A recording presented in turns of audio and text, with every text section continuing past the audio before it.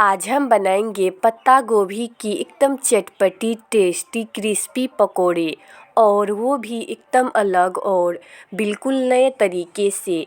तो चलिए पकोड़े बनाना शुरू करते हैं। तो सबसे पहले हम पत्ता गोभी को साबुत ही उबाल लेंगे।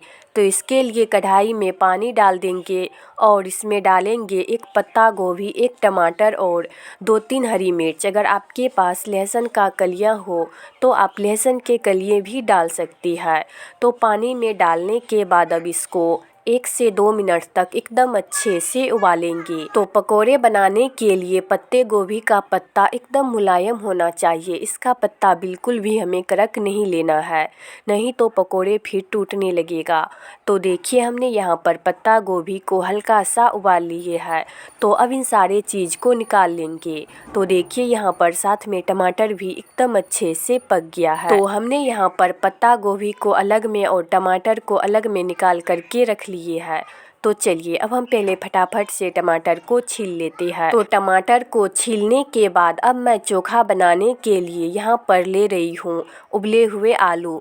तो आलू को इस तरह से हाथ से मसल लेंगे। इसके बाद अब इसमें टमाटर को भी डालकर टमाटर को भी एकदम अच्छे से मसलेंगे। और इसके बाद अब मैं इसमें डाल रही हूँ खूब सारा बारीक कटे हुए फ्रेश धनिए के पत्ते और लहसुन के पत्ते, और इसी के साथ हम इसमें डाल देंगे एक बारीक कटे हुए प्याज। तो अब मैं चोखा को हल्की सी तीखी बनाने के लिए इसमें डाल रही हूँ हरी मिर्च। तो हरी मिर्च को इस तरह से हाथ से तोड़ते हुए डाल देंगे, या फिर आप हरी मिर्च को बारीक काट करके भी डाल सकती है। अब इन सारे चीज़ को एक बार अच्छे से मिक्स कर लेंगे। इसके बाद अब हम इसमें डालेंगे आधा छोटा चम्मच के करीब नमक और थोड़ा सा सरसों का तेल, क्योंकि ये डालने से चटनी और भी ज़्यादा टेस्टी बनकर तैयार होगा। तो तेल डालने के बाद अब इन सारे चीज़ को अच्छे से मिक्स कर लेंगे। तो सारे चीज़ को एकदम अच्छे से मसलते हुए ही मिक्स करेंगे। तो लीजिए हमारा टेस्टी भरता बनकर तैयार है। तो अभी इस चटनी को हम साइड में रखेंगे और वापस से अब हम यहाँ पर लेंगे पत्ता गोभी। इसके बाद अब हम पत्ता गोभी के सारे बड़े पत्ते को इस तरह से अलग कर लेंगे।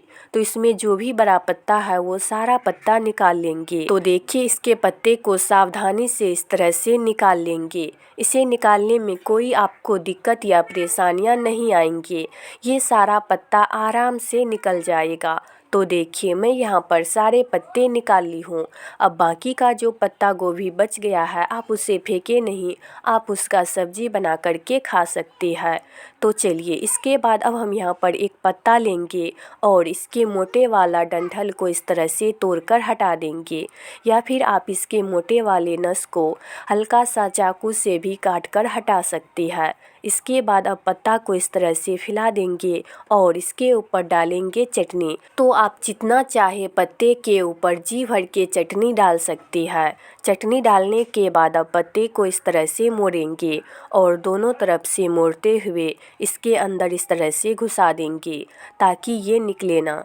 तो देखिए बिल्कुल इस तरह से। तो चलिए अब मैं आप लोगों को पत्ता गोभी के एक और रोल बना करके दिखा रही हूँ। तो इस तरह से पहले एक पत्ता लेंगे और अब इसके ऊपर डालेंगे चटनी। तो आप इसके ऊपर जितना चाहे उतना चटनी डाल सकते हैं। चटनी डालने के बाद अब पत्ता को आराम से रोल करेंगे, यानी इस तरह से मोड़ लेंगे। इसके बाद अब दोनों साइड से पत्ता को अंदर की तरफ घुसा देंगे। तो देखिए बिल्कुल इस तरह से। तो इसी तरह से सारे पत्ते का रोल बना करके तैयार कर लेंगे। तो चलिए अब हम फटाफट से बेसन की एक पतली सी घोल बना करके तैयार कर लेते हैं। तो इसके लिए सबसे पहले हम यहाँ पर लेंगे आधा कप के करीब बेसन, और अब हम इसमें डालेंगे कुछ सिंपल मसाले। तो पहले मैं इसमें डाली हूँ आधा छोटा चम्मच हल्दी पाउडर, आधा चम्मच लाल मिर्च पाउडर, आधा चम्मच धनिया पाउडर और आधा छोटा चम्मच चाट मसाला। और इसी के साथ मैं इसमें डाली हूँ थोड़ा सा नमक, क्योंकि पहले भी हम नमक डाले हैं। अब इसमें आधा कप पानी डालकर बेसन का एक पतली सी घोल बना करके तैयार कर लेंगे। तो चलिए अब हम चलते हैं चूल्हे की तरफ।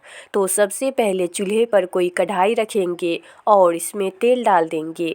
तेल डालने के बाद अब तेल को गर्म होने देंगे और अब पकोड़े को घोल में डालकर घोल अच्छे से लगा लेंगे। घोल लगाने के बाद अब पकोड़े को गर्मा गर्म तेल में डायरेक्ट डाल देंगे। तो इसी तरह से पकोड़े में घोल लगाकर इसको तेल में डाल देंगे। अगर आप इसे ज़्यादा तेल में फ्राई नहीं करना चाहते हैं तो कढ़ाई में थोड़ा सा तेल डालकर पकोड़े को फ्राई कर सकते हैं। तो पकोड़े को तेल में डालने के बाद इसे एक साइड से हल्का सा फ्राई होने देंगे।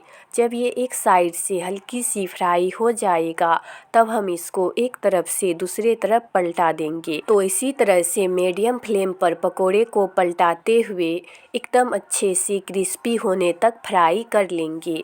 तो यहाँ पर पकोड़ा एकदम अच्छे से फ्राई हो गया है। तो अब इसको निकाल करके किसी प्लेट में रख लेंगे और बचे हुए पकोड़े को भी इसी तरह से फ्राई कर लेंगे। तो चलिए अब मैं आप लोगों को एक पकोड़ा काट कर भी दिखा रही हूँ। तो ये देखिए, ये अंदर तक एकदम अच्छे से पका है।